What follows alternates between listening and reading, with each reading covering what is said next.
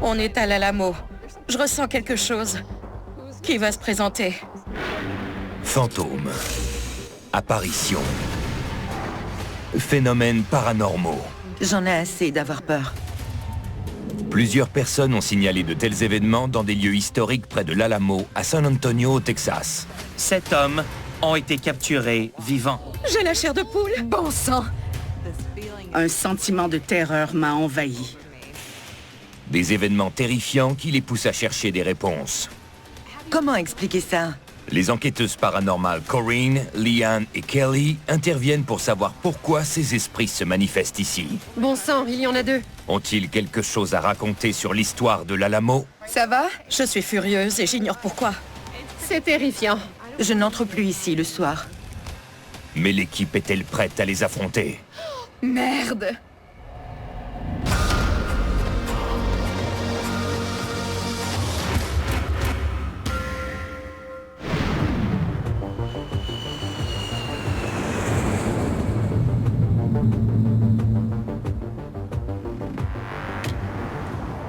Je ressens une peur très intense. L'équipe répond aux appels de plusieurs témoins qui ont vu des fantômes de soldats, des apparitions violentes, des esprits qui hantent des passages souterrains et des silhouettes terrifiantes. Ces témoins apeurés soupçonnent que ces phénomènes sont associés à la bataille de l'Alamo de 1836. Ce conflit est un événement important de l'histoire des États-Unis puisque l'armée mexicaine a assassiné tous les Américains qui se trouvaient à l'intérieur du fort et déclenché une guerre qui a mené à l'indépendance du Texas. Imaginez la quantité de sang qui a imprégné le sol. Corinne Carey est historienne, médium et enquêteuse paranormale. Elle est née avec la capacité de ressentir, d'entendre et de voir les esprits et se spécialise dans les endroits historiques.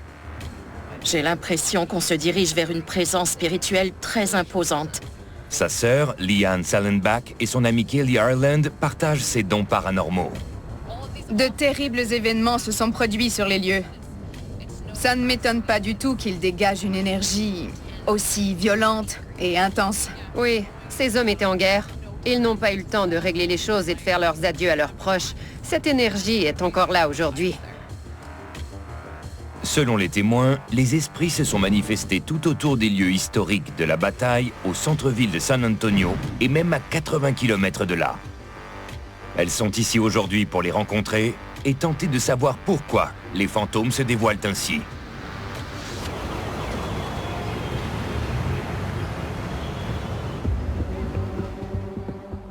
L'Alamo était à l'origine une mission espagnole, avant de devenir un territoire mexicain. Mais dès 1835, les Américains étaient 10 fois plus nombreux que les Mexicains. Les Américains reprennent de force le fort Alamo du gouvernement mexicain.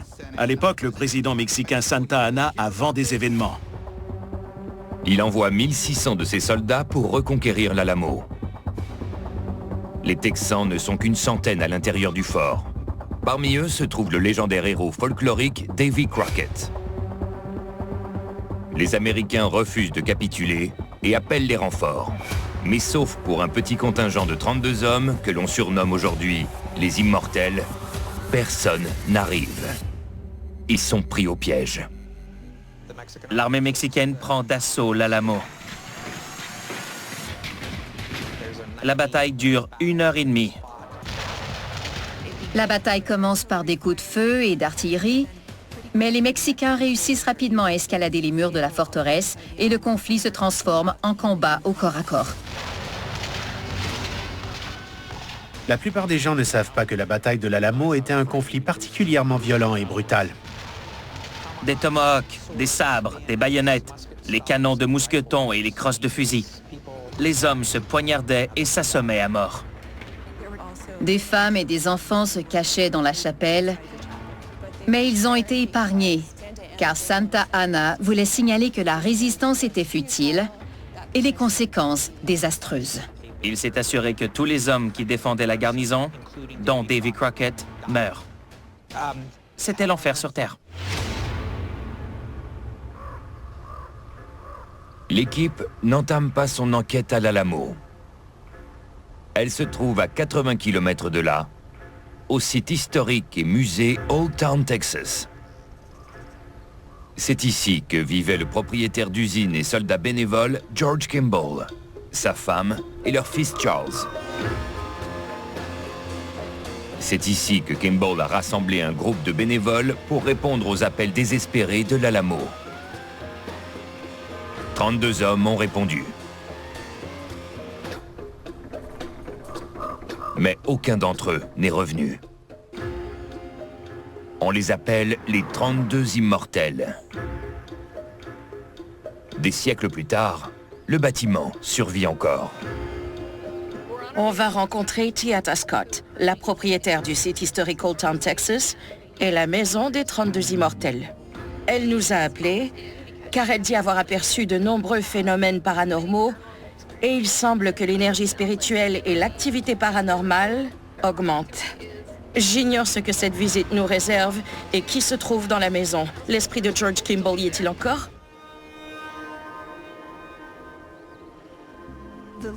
Le leader des 32 immortels, George Kimball, était marié et a passé sa dernière soirée avec sa famille. Je pense que c'est impossible d'imaginer ce qu'il ressentait. Il a embrassé sa femme en lui disant que c'était peut-être la dernière fois qu'il la verrait. Elle avait sûrement peur. Mais elle était probablement fière de son mari, qui faisait cela pour protéger sa famille et sa demeure. Depuis ce soir fatidique, il y a près de 200 ans, les gens rapportent des apparitions et des phénomènes paranormaux dans la maison des Kimball. Je pense que tous les bâtiments sur la propriété sont hantés. Récemment, Tiata Scott a été traumatisée par l'apparition d'un fantôme dans la demeure voisine de celle des Kimball, et elle croit qu'il s'agit de George Kimball.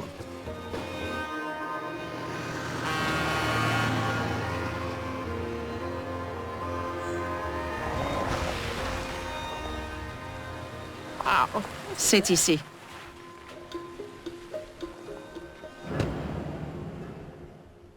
C'est très vieux. Tiata Scott dit qu'elle a ressenti le besoin d'acheter cette propriété. Je suis ravie de vous rencontrer. J'ai l'impression qu'on se connaît déjà. Comment allez-vous? Par la suite, elle a appris être une descendante de Sam Houston, Merci d'être venu. le commandant de l'armée texane et le meilleur ami de George Kimball. Est-ce que c'est vrai que George Kimball a vécu ici? Oui. J'ai toujours su que cette maison était hantée. Les anciens propriétaires m'ont parlé de phénomènes paranormaux. Mais jamais je ne croyais que le chalet était aussi hanté. Peu après avoir acheté la propriété, je sablais les planchers lorsque j'ai levé les yeux et j'ai aperçu une masse. On devait rénover le chalet, donc j'ai loué une énorme ponceuse.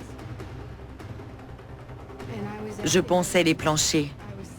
Je décapais le bois. J'étais toute seule dans la maison.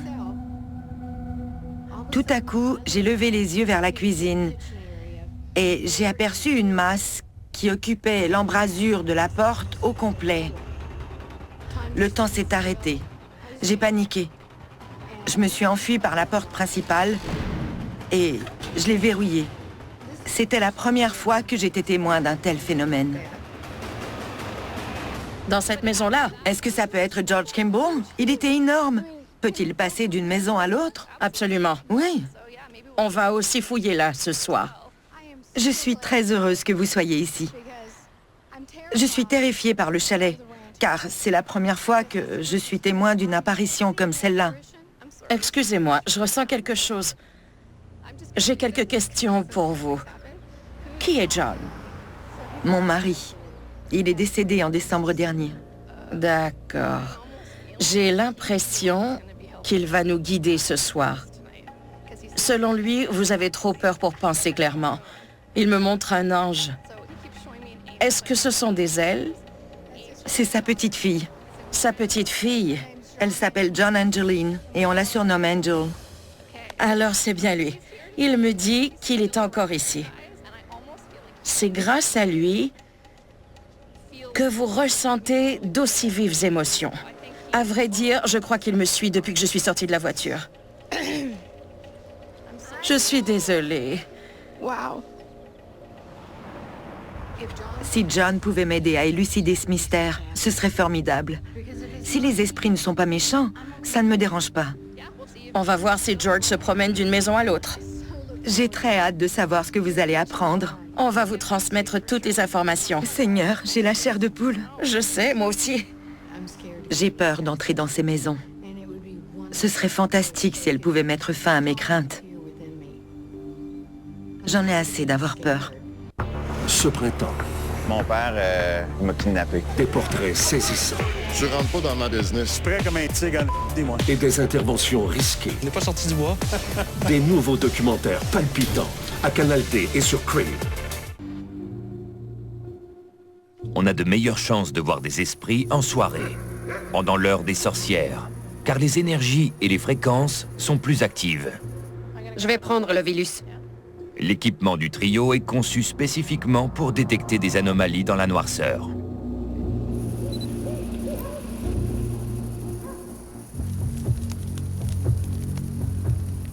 Personne n'est dans la maison, hein? As-tu vu quelqu'un? Je ne sais pas, mais j'ai vu un mouvement dans la fenêtre. En approchant de la maison, on a eu l'impression que quelqu'un nous attendait à l'intérieur. Corinne a vu un mouvement à la fenêtre. Je vous jure que quelqu'un nous regardait.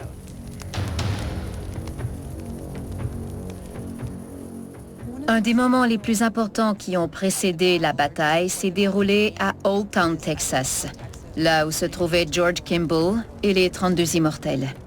Si les esprits pouvaient nous dire ce qui s'est passé et ce que les gens qui y étaient ont ressenti au cœur de la bataille, à l'intérieur de l'Alamo, on en saurait beaucoup plus.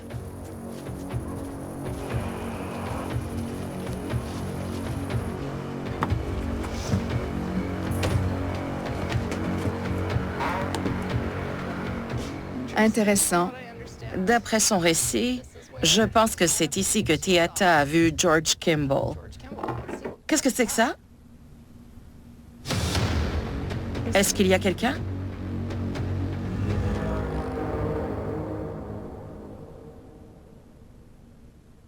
Éteignons nos lampes de poche. Frisson. Il y a quelqu'un dans la cuisine?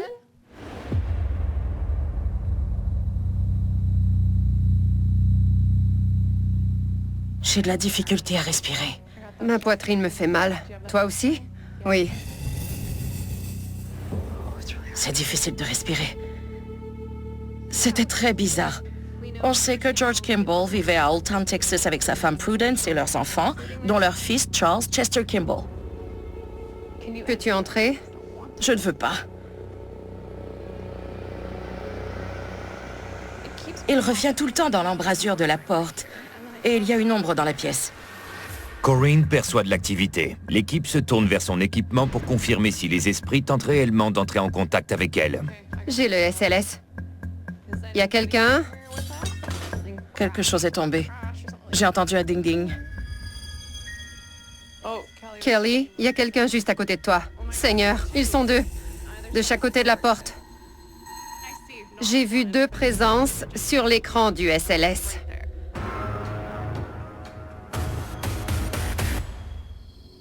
Ils se tiennent par la main. J'ai froid. Moi aussi, de la tête aux pieds. Dès que l'image est apparue sur le SLS, j'ai eu l'impression que c'était George. Ensuite, j'ai eu l'impression que c'était son fils Charles. Alors, George Kimball, êtes-vous accompagné de votre fils Charles Chester Kimball? Un des deux bouge beaucoup. Incroyable. J'ignore s'il s'agit de George ou de Charles. Je savais qu'il était devant moi et je voulais le confirmer.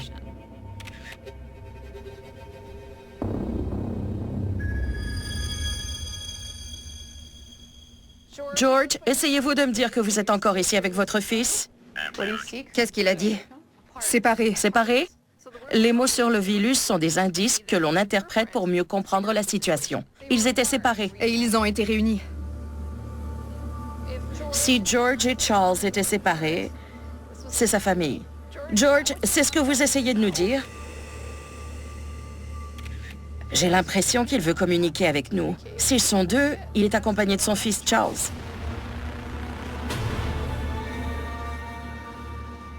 Je pense qu'ils sont partis. C'est très rare de voir deux esprits qui communiquent ensemble. Ils essayaient de se tenir la main, ou quelque chose comme ça. Il n'y avait personne. Il s'agit de deux apparitions. Donc deux esprits. Deux esprits. Je pense que c'est George et son fils Charles. Le SLS ne perçoit plus George et Charles, mais je ressens encore leur énergie. Ils essaient encore de nous parler. Ils essaient de nous montrer quelque chose. Je suis dans tous mes états. Il faut y aller. Oui, il nous attire par là. Je crois que son fils est avec lui. Il est temps d'aller dans le chalet, car on a l'impression que quelque chose nous attend là-bas.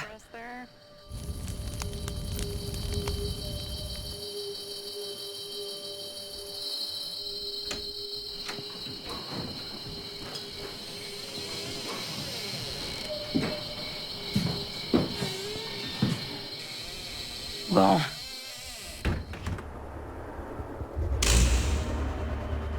C'est dans cette maison que vivait George Kimball. L'énergie ici est plus puissante. Je ressens une plus grosse présence. Peux-tu y aller? D'accord. Il nous a emmenés ici pour nous transmettre quelque chose. Mais j'ignore de quoi il s'agit. Je ressens une énorme pression sur ma poitrine. C'est comme si mon cœur vibrait beaucoup trop vite. J'ai ressenti la même chose. Comme si on me frappait à la poitrine. Mon cœur palpite et fait des soubresauts. Je me sens... Je manque d'air. La pression est énorme. C'est frénétique. Qu'est-ce qui se passe, Corinne?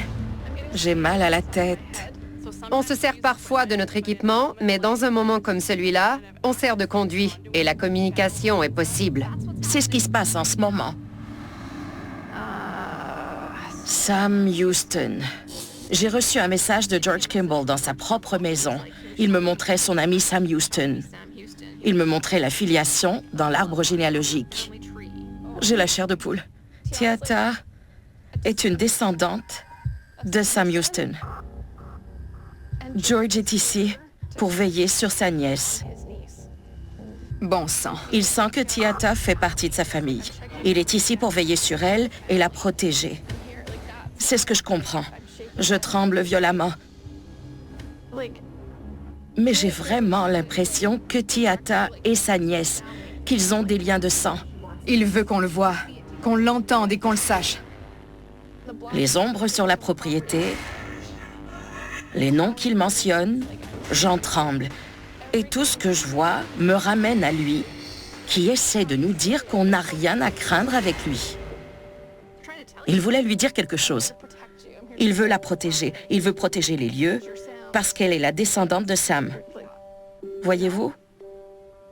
Les esprits peuvent parfois se manifester agressivement, mais ça ne veut pas dire qu'ils nous veulent du mal. Ils essaient simplement de transmettre leur message. Il faut en discuter avec Tiata. Elle n'en reviendra pas. Je n'en reviens pas moi-même. Quelle soirée. J'avais l'impression qu'on me poignardait à la tête. Je me demandais ce qui se passait. Puis j'ai vu George Kimball. Il était là et il veut absolument vous dire que vous êtes comme une nièce pour lui. Il m'a montré Sam Houston. Vous êtes une de ses descendantes, pas vrai? Oui.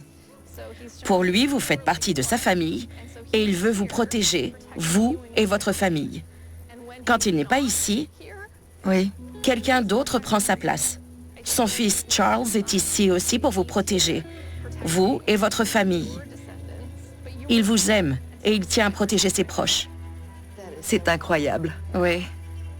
Ils n'ont pas pu protéger leur famille à l'époque, mais ils la protègent maintenant. Après tout ce qu'on a vu ce soir, je suis convaincue que l'esprit qui se présente à vous est celui de George Kimball. Si vous lui parlez, il va vous écouter et vous protéger. On peut vous faire un câlin? Je vous en prie. C'était magnifique. Ah oui, c'est fantastique. Je suis si heureuse de n'avoir rien à craindre ici. Pas du tout. Je ne comprenais pas ce qui se passait. En mettant fin à cette enquête, je crois mieux comprendre l'Alamo. Je crois que George Kimball nous a dit qu'ils étaient des gens qui se protégeaient les uns les autres. Ils essayaient d'aider. On juge souvent l'histoire par ses politiques et ses opinions. Mais ici, c'est la famille qui importe. C'est manifeste. Peu importe de quel côté du conflit on se situe. À chaque seconde qui passait, je me disais c'est peut-être la dernière seconde de ma vie. Ça se voyait dans leur visage, surtout la mère. C'était épouvantable. J'ai été kidnappé, mardi 19h30, à Canal D.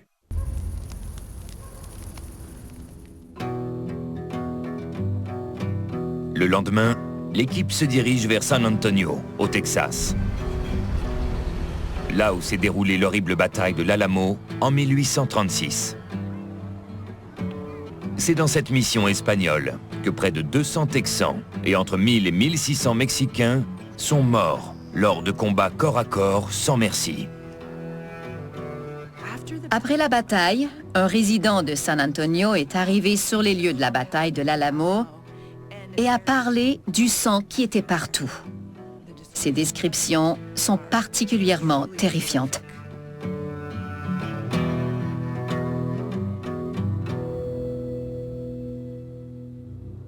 À la tombée de la nuit, l'équipe se promène près de l'Alamo.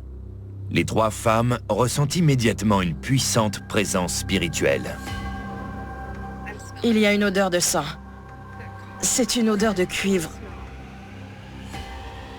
Oh, c'est terrible. Parfois j'entends des choses, parfois je les vois. Cette fois-ci, je perçois une odeur et elle est suffocante. La légende veut que Davy Crockett soit mort à l'intérieur de l'Alamo. Mais dans les rues devant l'Alamo, Corinne aperçoit une vision qui dévoile un tout autre scénario. Je vois Davy Crockett et 6 autres hommes. Ils ont été exécutés juste ici. J'ai toujours cru qu'il était mort pendant la bataille. C'est insensé. Corinne voit-elle une vision? Elle veut mieux comprendre comment Davy Crockett et ses hommes sont morts et pourquoi l'énergie spirituelle est aussi puissante dans l'hôtel Menger. Quand les touristes viennent à San Antonio, ils visitent l'Alamo et croient que la bataille a eu lieu dans cet espace plutôt restreint. Mais la bataille s'est déroulée beaucoup plus loin. Les hommes se sont battus au Menger et dans d'autres endroits qui entourent l'Alamo et sur lesquels sont érigés aujourd'hui d'autres immeubles construits après 1836. Le terrain de l'hôtel Menger était à l'extérieur du mur sud de l'Alamo. Certains soldats mexicains sont tombés au combat à cet endroit, mais d'autres sont entrés dans la forteresse. C'est aujourd'hui un lieu sacré. J'ai fait de drôles de rêves cette nuit au sujet de l'hôtel Menger, où l'on compte se rendre ce soir. Je me suis réveillée en pleine nuit et je croyais que quelqu'un rôdait dans ma chambre. J'étais trop fatiguée pour essayer de lui parler. Aujourd'hui, on va rencontrer un archiviste qui pourra nous renseigner sur les divers sites entourant l'Alamo et peut-être même nous expliquer quelles sont les circonstances de ce que j'ai cru apercevoir hier. On est à la bibliothèque pour rencontrer David Carson. Bonjour! C'est un célèbre historien et archiviste et on espère qu'il pourra nous éclairer sur le sujet de notre enquête. Ça peut porter à confusion, car la bataille de l'Alamo a eu lieu sur une plus grande superficie que l'Alamo actuelle. La superficie de la forteresse était beaucoup plus grande à l'époque. J'ai vécu une expérience saisissante hier. J'en ai encore la chair de poule. Dans ce coin-ci, j'ai perçu une odeur de sang très suffocante et je voyais Davy Crockett et 6 autres hommes. C'est un sujet très controversé. Selon la légende, Davy Crockett est mort au combat en brandissant sa carabine Betsy comme un bâton de baseball parce qu'il n'avait plus de munitions. Mais un soldat mexicain, du nom d'Enrique de la Peña, a gardé un journal intime, publié en anglais que tout récemment. Il affirme avoir vu Davy Crockett et 6 hommes être capturés vivants. J'ai des frissons. Tu l'as dit. Un groupe de soldats mexicains les a ligotés et emprisonnés avant de les exécuter avec leurs sabres. Seigneur! Elle a parlé de Davy Crockett et 6 hommes. Ce que j'ai vu me prouve que Davy Crockett et ses 6 hommes ont été exécutés. C'est incroyable. Notre chambre d'hôtel est quelque part par ici. Oui, on peut voir la place de l'Alamo ici, avec l'hôtel Menger qui était en construction. C'est là qu'est l'hôtel Menger aujourd'hui? Ici? Oui, ici. Est-ce que la bataille de l'Alamo a pris fin dans ce coin-ci? Ici, un groupe de défenseurs ont tenté de s'évader. La rue s'appelle aujourd'hui Commerce, mais à l'époque, on l'appelait l'Alameda.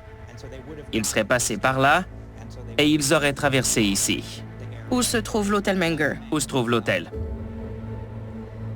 Notre prochaine enquête aura lieu potentiellement sur leur dernier arrêt.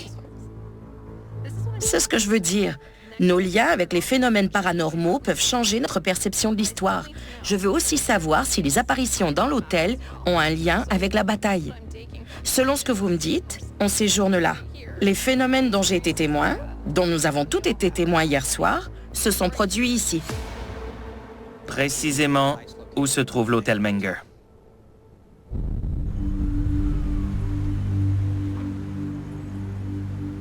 L'hôtel Menger a été construit en 1859, 23 ans après la bataille de l'Alamo.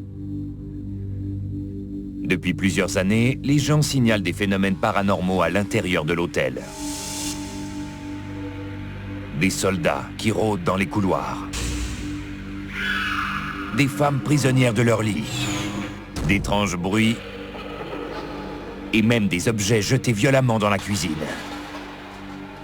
L'hôtel Menger est situé sur le champ de bataille de l'Alamo. De nombreux soldats sont morts à cet endroit, donc les phénomènes paranormaux sont fréquents ici.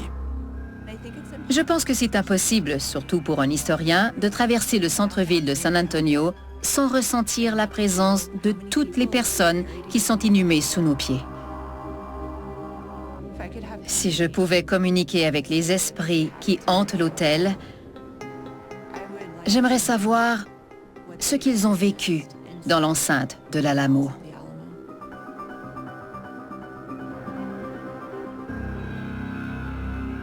Lauren Schwartz, une guide touristique de San Antonio, a récemment eu une rencontre terrifiante avec un esprit tard le soir dans un placard du vieux hall d'entrée de l'hôtel.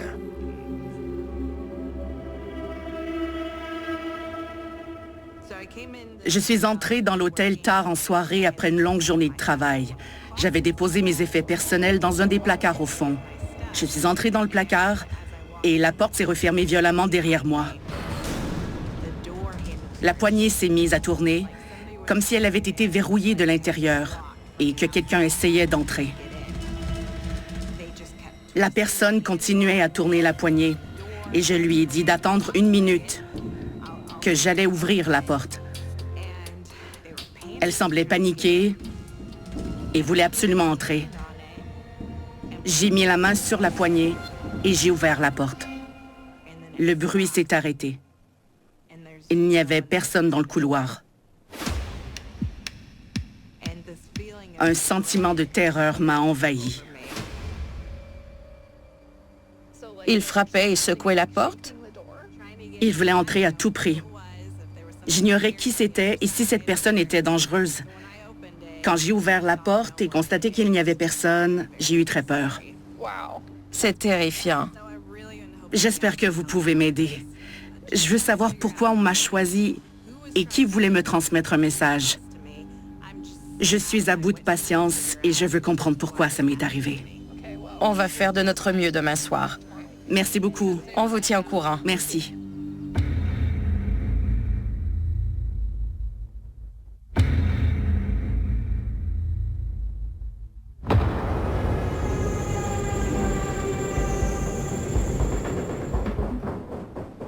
C'est le dernier étage? Oui. Où voulez-vous aller? Dans le couloir là-bas.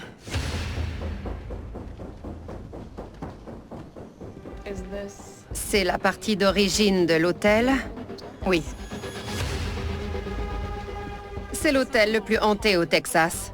À cause de cette activité paranormale, on va commencer par le dernier étage et redescendre vers l'endroit où Lauren a vécu son phénomène. On verra quelle surprise l'hôtel nous réserve. J'ai l'impression que l'air est plus dense ici. C'est lugubre. Je ressens de nombreux esprits autour de nous. Mais on n'arrive pas à communiquer avec eux. On ressent une certaine pesanteur. Voulez-vous descendre? Oui. On se sent attiré en bas.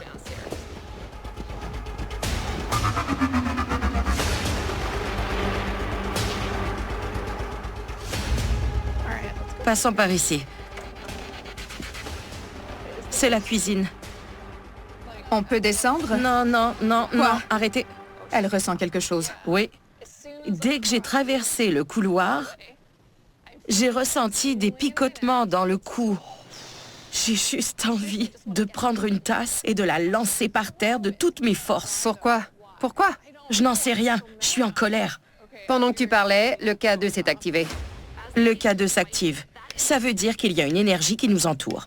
Elle nous entraîne à l'étage inférieur. On peut descendre? Est-ce qu'il y a un sous-sol?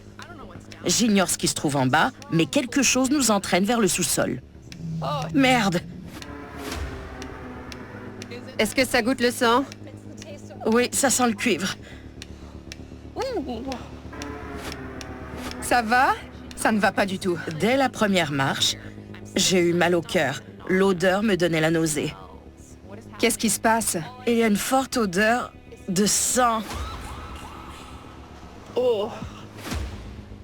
Elle ne va pas bien. Il faut continuer. Je ne peux pas rester ici. J'ai trop mal au cœur.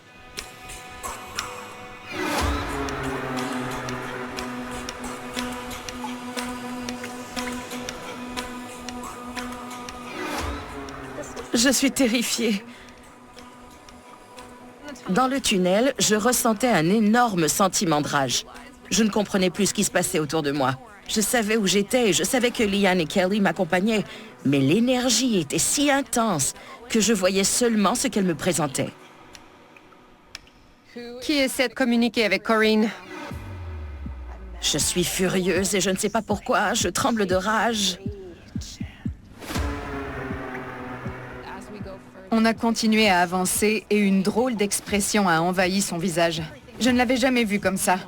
Ce n'était plus tout à fait elle. Elle devenait une autre personne. Je ne veux pas rester près de toi.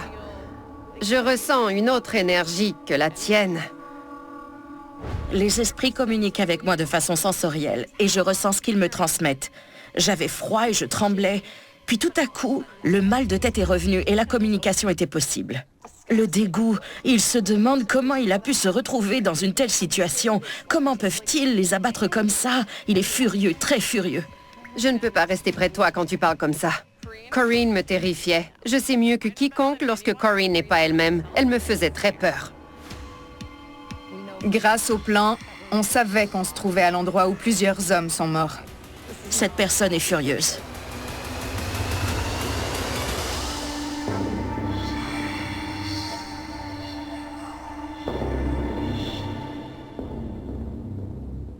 On va recommencer, là, parce que là, vous faites l'innocent avec moi, puis j'aime pas ça. Je sais que vous êtes une grande gueule, mais moi, j'ai les papiers de cours nécessaires signés par un juge. Hey, le tout. Bonne journée. Traqueur de char, vendredi 20h30, à Canal D. Veux-tu continuer? Il faut que je bouge un peu. Tu ne peux pas rester en place. Je vais vous suivre. Allez-y.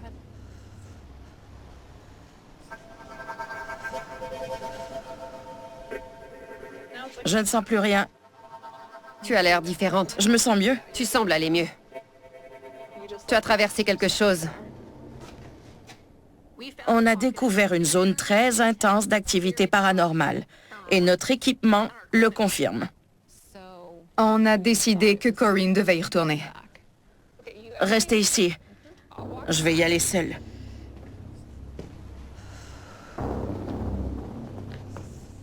Le K2 est rouge. Bon sang, regardez ça.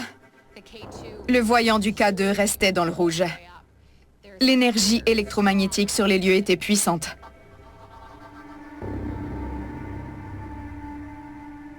La démarcation était très claire. C'est très troublant. Sa colère, il est furieux qu'il lui enlève la vie, qu'il les massacre. As-tu déjà ressenti une telle colère? Pas comme ça. Je tremble de rage. Il est furieux, car il ne voulait pas mourir. Cet esprit est très puissant, mais il occupe un seul endroit en particulier. Regardez, juste à côté des conduits, il n'y a plus rien. Bien vrai.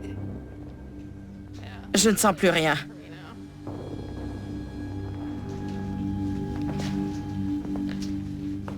On a mis au jour une présence très puissante.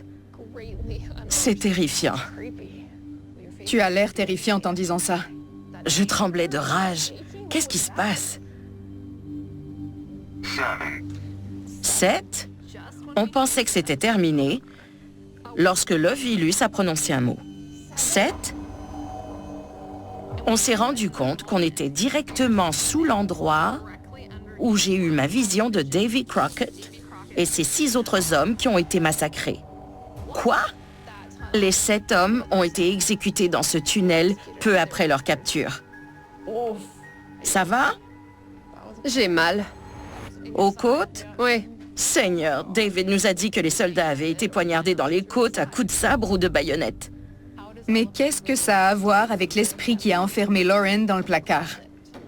Était-ce le même esprit que l'on ressentait dans le sous-sol ou est-ce qu'un autre esprit allait communiquer avec nous? Il fallait remonter. J'ai la tête qui tourne.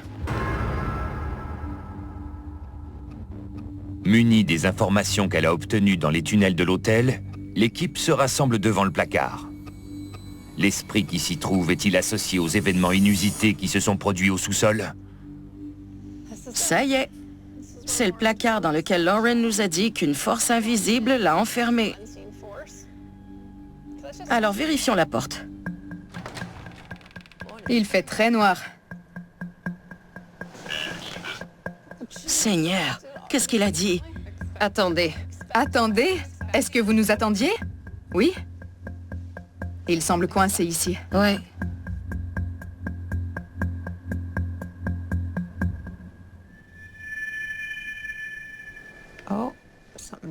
Il y a une présence devant toi. Il y a quelqu'un devant moi? Oui, juste à côté. Seigneur. Il est droit devant toi, Corinne. Il s'appuie contre toi. Il pose la main sur ta tête. Je vois les images. Oh, j'ai encore mal à la tête. Son bras est sur ta tête. Ça fait très mal. Il est passé par là. Il touche encore ma tête. Il est juste derrière toi. Pouvez-vous nous dire pourquoi vous êtes encore ici? Ennemi. De la tête aux pieds. Pourquoi me regardes-tu comme ça? Il est à côté de toi. Vraiment? Pose-toi par là. Encore. Je vous en prie. Tendez le bras et prenez ma main. Il déplace son bras au-dessus de ton épaule. Bouge encore un peu. Seigneur, je le sens. Il est là, devant ta main. Oh mon Dieu. Il parlait d'ennemis et maintenant il parle d'amis. De quel côté du conflit était-il? C'est peut-être l'un des hommes de Santa Ana. J'ai des frissons. Il a dit le mot ennemi, puis le mot ami. Je pense qu'il se sent en conflit. Oh, je pense que je dois sortir. D'accord. Ça ne va pas? Qu'est-ce qui se passe? J'ai mal au ventre. Je commence à avoir envie de vomir. Je m'en vais. D'accord. Dans le placard, j'ai commencé à avoir la nausée. Comme l'équipement, je détectais la présence de l'esprit. Il s'est manifesté en me donnant la nausée. Bizarrement, lorsque Kelly a quitté la pièce, l'esprit a fait de même. Il te suit. Je ne sais pas où aller. Je me suis réfugiée dans le hall d'entrée, mais je savais qu'il me suivait. Je sentais son énergie encore plus fort, donc je suis sortie. Mais il me suivait encore. Je vais m'asseoir ici. Je sentais sa présence à mes côtés, mais je n'avais plus la nausée.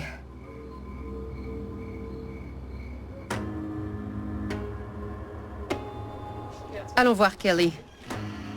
Le sens-tu encore? Dès que tu es parti, on l'a perdu de vue. Je le ressens encore. Je suis allée dans le hall et il me suivait. Je me suis assise et il est resté. Approche-toi d'elle. L'énergie qui t'entoure est palpable. Je la sens. On a vu ça par le passé. C'est une présence particulièrement agressive qui cherche à capter notre attention. Kelly ressent les émotions de cet esprit. Mon cœur, j'ai l'impression qu'il se comprime. Il s'appuie sur ton bras et ton épaule gauche. N'entrez pas, je vous en supplie. Mais vous pouvez rester à côté de moi. Il pourrait fort bien se greffer à elle, donc on doit être prudente. Tremblez-vous aussi? Je ne veux pas te faire peur, mais... Il est tombé au sol. Mon Dieu. Et il s'est transformé en ce qui ressemble à un tas d'os. Mon estomac tremble. Je pense que ce sont des os. Sa forme s'est écroulée en un tas d'os sur le sol. Si c'est ici qu'ils sont morts, il y en a 2 autres à côté de toi. Il me montrait des images de son corps qui gisait dans un fossé. Il a quelque chose à nous dire. Il croit que ce n'est pas important de quel côté du conflit il se trouvait. Il faisait ce qu'il croyait être la bonne chose à faire. Ils sont morts en faisant ce qu'ils croyaient être bien. Oui. Je sentais très bien son énergie. Comme si ça faisait trop longtemps qu'il attendait de communiquer. Il a essayé de parler à Lauren et elle ne comprenait pas son message. Mais moi, j'ai compris. Merde!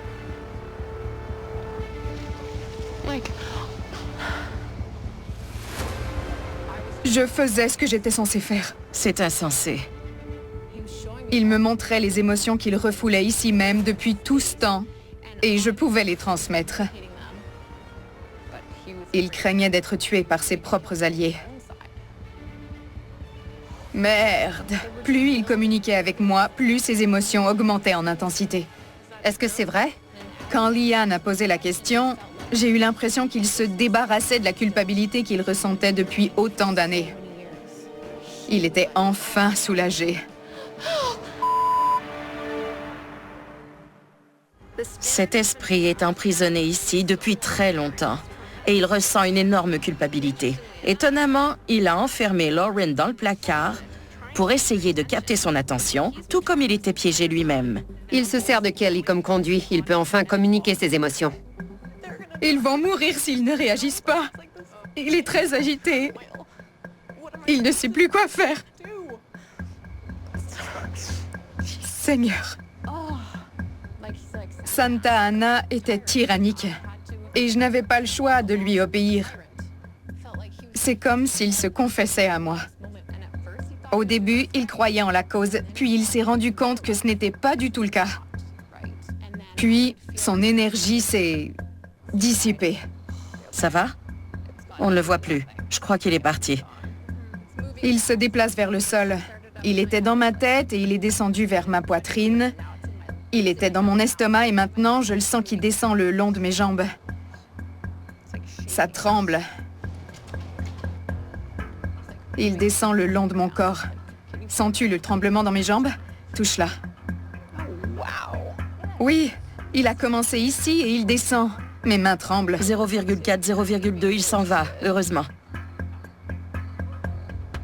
Il ne voulait pas être de ce côté-là, mais il n'avait pas le choix. Est-ce que ça va? Je me sens mieux. Parfait. Mon Dieu, les filles! Quoi? Il vient de dire purifier. Tu plaisantes? Je ne plaisante pas. C'est vrai. Je sens qu'il s'est purifié en moi. Tu as raconté son histoire et il est parti.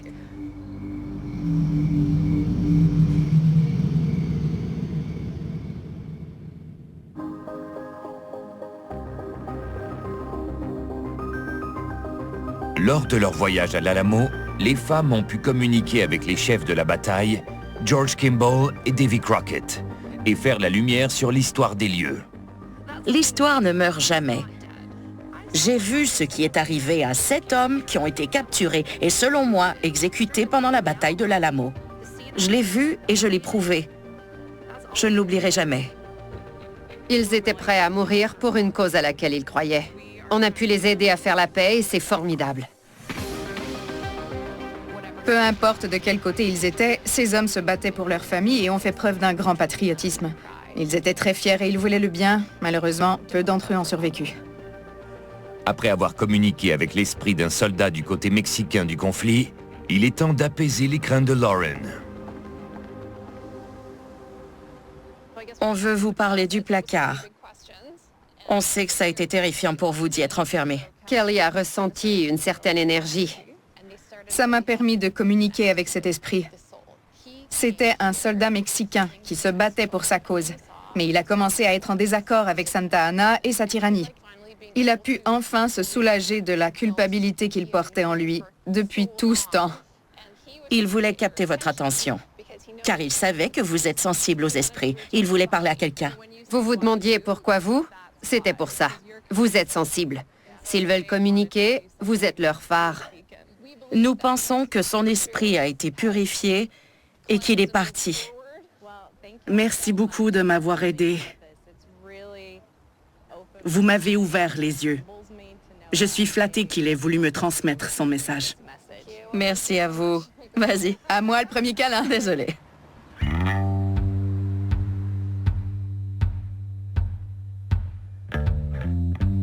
La bataille de l'Alamo a laissé son empreinte sur les gens de San Antonio. Les apparitions et les phénomènes paranormaux sur lesquels nous avons enquêté ne sont probablement que la pointe de l'iceberg. On a ressenti le sens du devoir familial et l'amour de la famille qui sont typiquement texans. On a ressenti la même chose dans l'esprit du soldat mexicain. Je ne m'attendais pas du tout à ça. En fin de compte, j'espère qu'on a pu apporter la paix aux témoins et aux esprits, et qu'on a raconté leur histoire comme ils le voulaient. On n'oubliera jamais l'Alamo.